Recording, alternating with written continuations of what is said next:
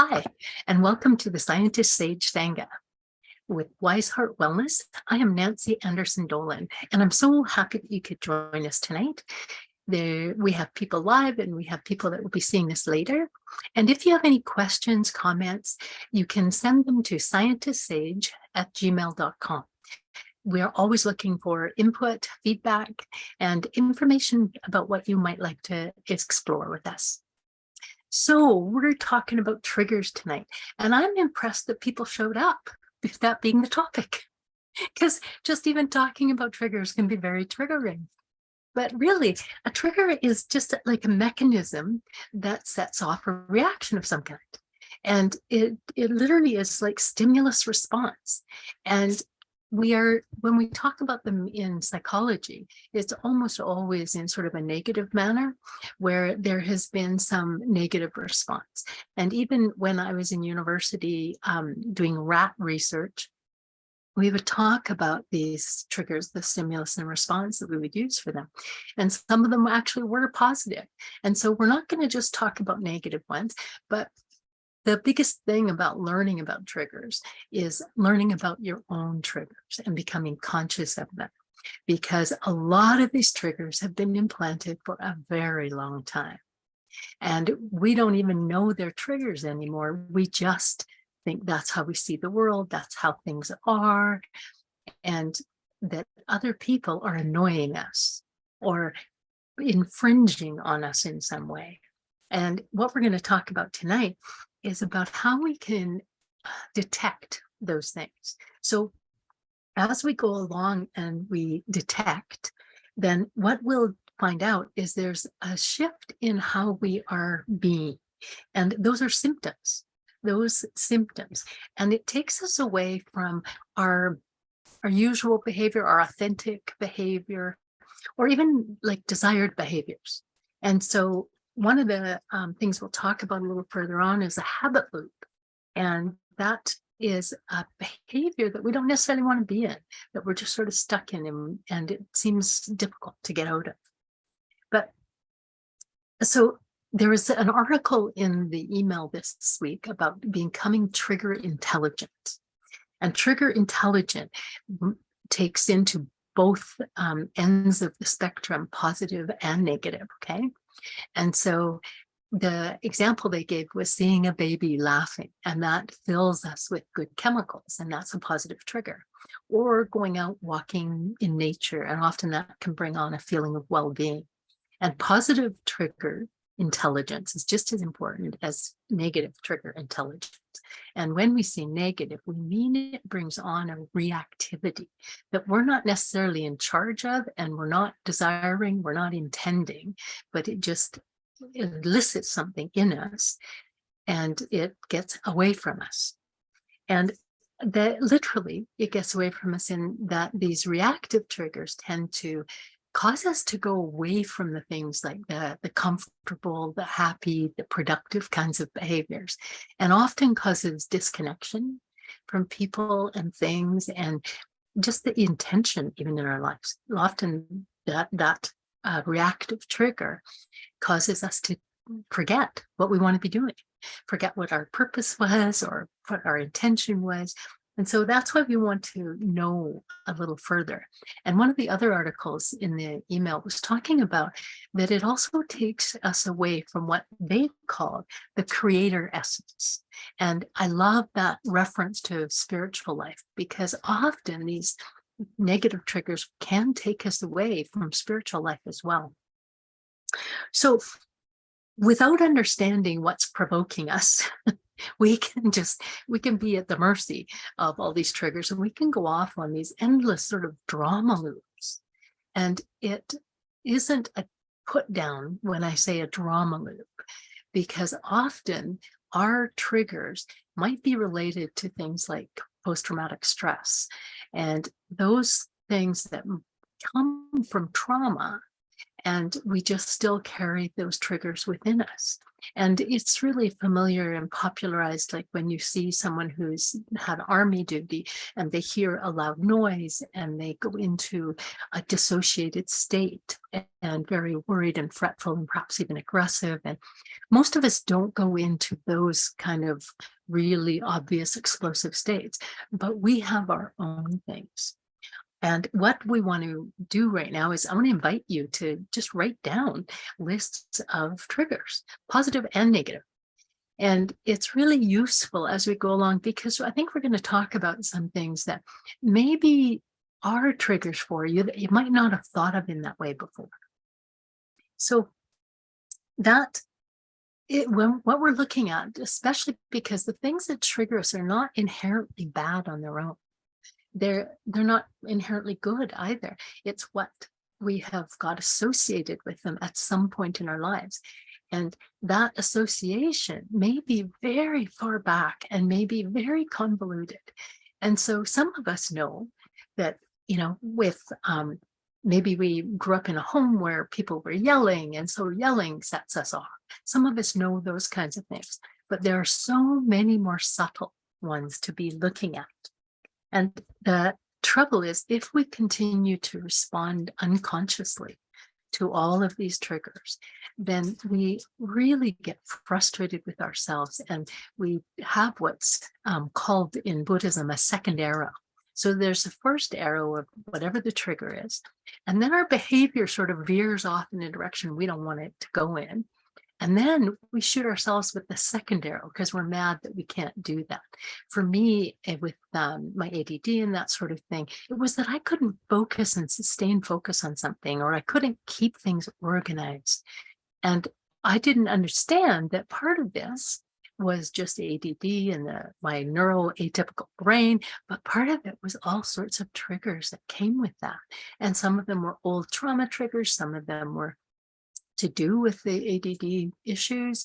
And I just kept having the second arrow. So I would get into trouble, and then I would get upset because I was in trouble. And that would trigger more trouble. So you can see this didn't go very well. And that's what we're trying to avoid. But it's not always easy. So we're gonna talk more about the hints that will help you find out what's going on there. And one of the hints is when you start you're going along, and all of a sudden there's an increase in anxiety, a significant increase in anxiety. We know we've hit a trigger of some kind. And it's really useful to just pay attention and say, I seem to be triggered. Just that moment of paying attention is so valuable. We start to get a little space between the trigger and the reaction. And just going, that could be a trigger. And it doesn't mean that we're not going to respond to what is going on in our world. Because if somebody is honking at me behind me, I might want to pay attention. Maybe they're telling me the lights changed and I should go, it's green. Maybe they're warning me about some problem. So I'm going to engage, but I'm also going to pay attention that if I am really upset because the guy behind me has honked at me and probably something else going on, that I want to work towards being able to moderate a little bit. So that's the kind of idea here. So when you have your piece of paper, think about what kinds of triggers you are reactive to. And if I notice that I'm in sort of a role, that's another piece of the information that was included in the email. I often find out if I'm feeling like I know what's going on and they shouldn't be doing that. And I'm in this, kind of controlling, rescuing, I'm going to fix everything kind of role. And noticing that I go into a role like that is really helpful. Because if I am not triggered and I want to be helpful, I generally am kind of curious, and I would ask somebody if they want help. I wouldn't presume they needed my help.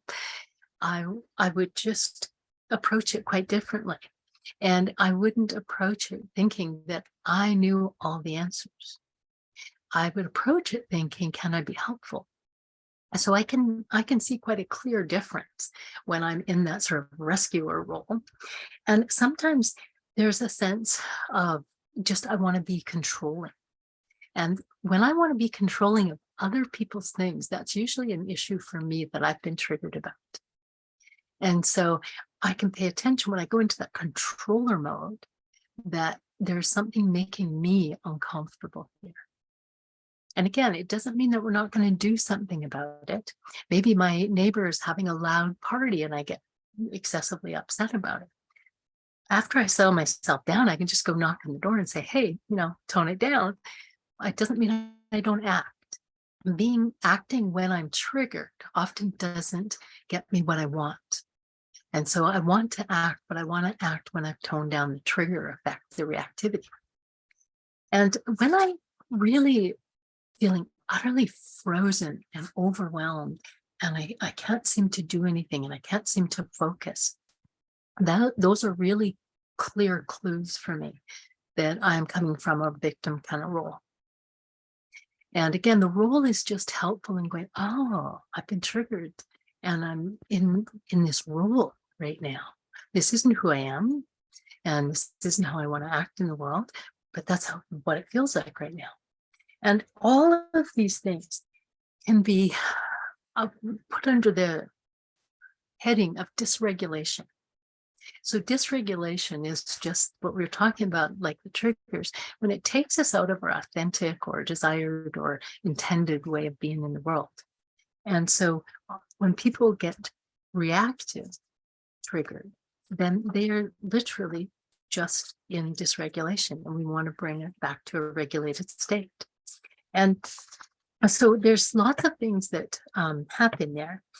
I'm just going to go back to, I want to talk about a particularly helpful diagram. I'm going to do my best to put it on the screen for you.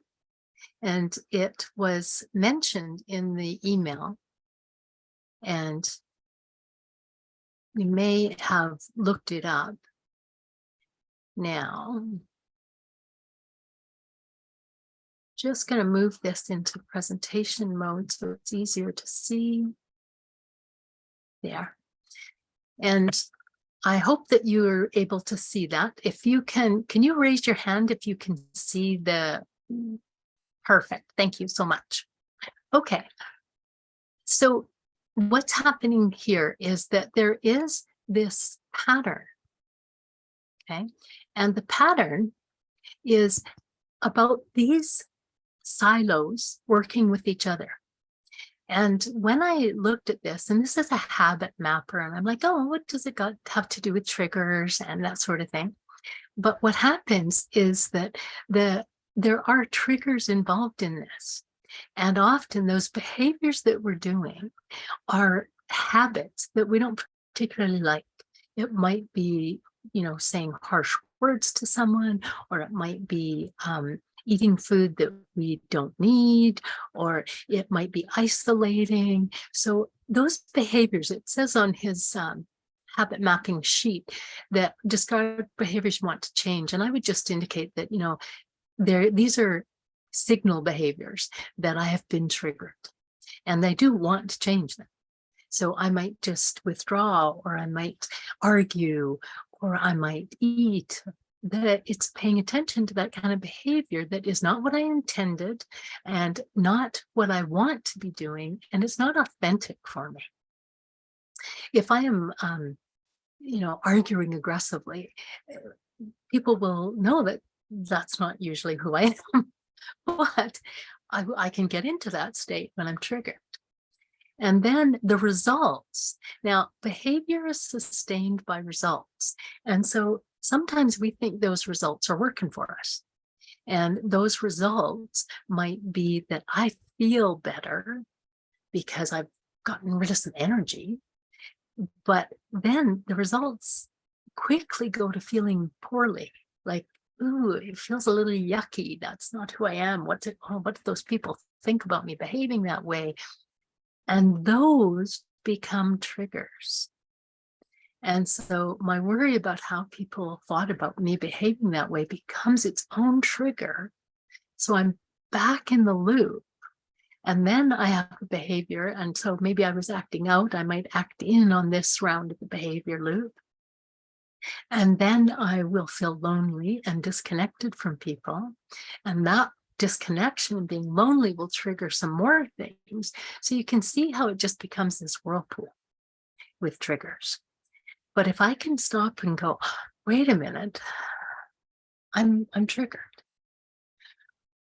What can I do with that trigger? I can go, oh, just a minute, just a minute. I don't want to act out the usual behavior when I feel this way, when I feel, say, suddenly angry or suddenly anxious, or when I just feel like I want to control everybody. What other behavior can I do? Well, and it might just be, I might just go to the washroom for a moment to have a quiet little prayer break, a spiritual retreat for a moment in the washroom. And that may shift it enough that I get different results. So I do a different behavior. Maybe I'm withdrawing still, but I'm withdrawing in a more positive way. I'm doing something a little different than just isolate. And so that we go into, and we go in there and go, okay, and the result feels a little better. And that often is enough to pull us out of that trigger loop. So this circular thing, first of all, he starts by writing down these things, and then he puts the arrows to them. And we begin to realize that, it's a loop like this. And it's really, really useful with triggered behavior. And sometimes in the moment of the trigger, you can't do a thing about it. And that's okay. And what you can do is do it when you notice. Or if you notice that you are having the same relationship with several different people, chances are that you are the common denominator. And you can see what triggers are working in those relationships. And you can notice that, I get close to someone and then I feel uncomfortable. I'm triggered by that closeness, but it's the result that I want. I get triggered by it. So now I can go, okay, here we go again. I want to have closeness. So I do a behavior like reaching out to somebody and I get close. And then that closeness triggers me. I can go, wait a minute, right, I'm triggered here. I found fault with this person all of a sudden, or I feel like I want to disconnect from them. I might just take some time to see what goes different. If I can see this as a trigger, not a fact of life. And this happens all the time in relationships, because relationships, we think we want some particular version of a relationship. And then we have something that happens that triggers us because it doesn't fit our version of what relationship should look like. We can get out of the relationship, but we will find other people to do this again until we solve this mystery of the triggers. And so if I can sit down and just go, there's a trigger. Lots of times that, number one, slows the whole thing down. And if I can slow down when I'm triggered, I'm got a foot out of the trigger sinkhole already. And so the idea of just slowing down and naming it and doing the note, and this way of doing it, what's going on here, is directly from Dr. Judson Brewer. And it's humorous, and it has an interruption point where he just goes, I wonder what's going on. I wonder if I'm triggered. And so that can be really, really useful. I work with a lot of people with ADD, and so we deal with a lot of procrastination. And what we found is that when people have ADD and they try and do something and they're not able to, what happens is it becomes intensely painful. But they don't want to pay attention to the pain, so they further distract. They're triggered by the pain of trying to do something. And that pain increases, and so they distract. So literally, they're having their trigger of trying to do something because they've had a history of failure. And then the behavior is to distract. And it isn't the behavior that they want to be doing, and it doesn't get them the results they would like, but it is just an outcome of the trigger. And so if we can say, okay, we're going to actually set you up to be in pain and try something and notice that there's pain and just be present with the pain. And often that behavior of being present with the pain gets different results. Number one, they don't try and go and distract. So we've diverted the distraction behavior and they feel a little bit calmer, just noticing that, wow, this happens when I try and do something. And then they can go through and like, okay, I'm going to try again. And then they know to expect pain. And they go, oh, there's the pain. So the pain of trying to do something gets a little less. The trigger starts to diminish. And Judson Brewer, the man that designed this, has had such tremendous success with things like emotional eating. Like they're talking about 47% decrease. I can tell you any diet on the market only has about a 5% success rate. So his 41%, just by noticing the trigger, coming back, coming to the trigger again, noticing the behavior, and his little, I wonder what's going on here, is quite powerful for this loop of trigger and habit and result. And now there are many other triggers that I will encourage people that have very, very, we'll say violent triggers or intense triggers to work with a therapist, because a lot of those triggers, as we open up to them, there's information that we can't understand, and we may actually even get completely dissociated. And so if I get completely dissociated, then I can't even say, oh, I'm triggered, but I can do it in retrospect. I worked with a tremendous therapist, and I could have the trigger, I could have the experience, and then we could discuss it after. And she could say, do you see that point at which you got triggered? And I could, going back, having myself present at that moment, look back on when I had left. And confusion turned out to be a big indicator that I had been triggered. And I just thought, I was a confused person in the world. But every single time that I was confused, and, we call that an emotion or a thought, doesn't matter, I would start having memories. And it was so helpful to understand that trigger. So I'm going to take this down. Maybe. The tech God's willing, I'm going to take this down. And they may not be so willing. Here we go. There we are.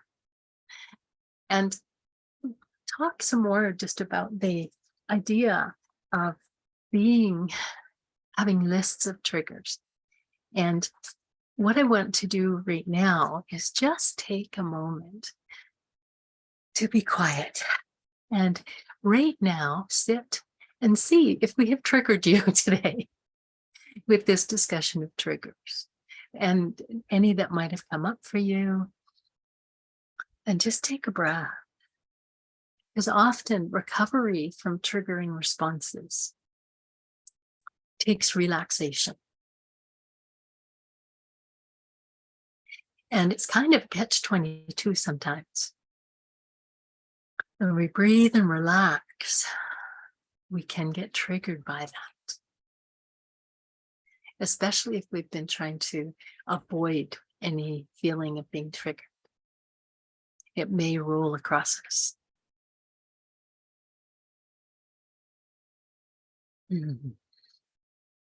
I had a young person call me today, and they were very triggered about something they'd said.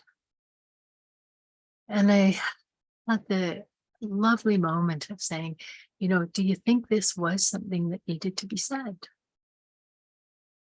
She thought a moment and she said, yeah, it did. It really did.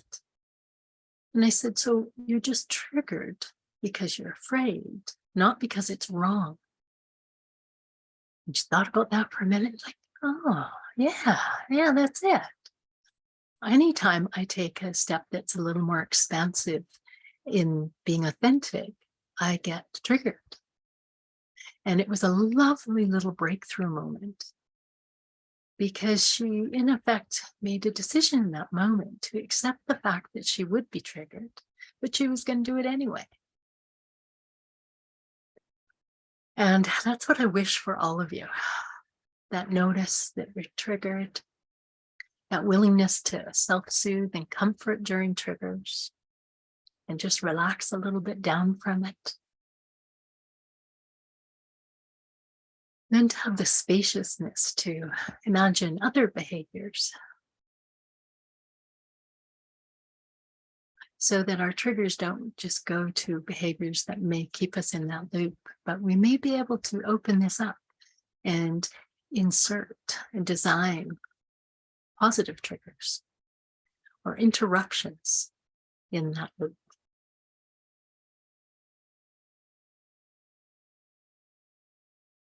So thank you very much for your daring willingness to explore this topic of triggers. And we look forward to joining you again. I am with you. You are with me. Blessed be. Keep well, friends.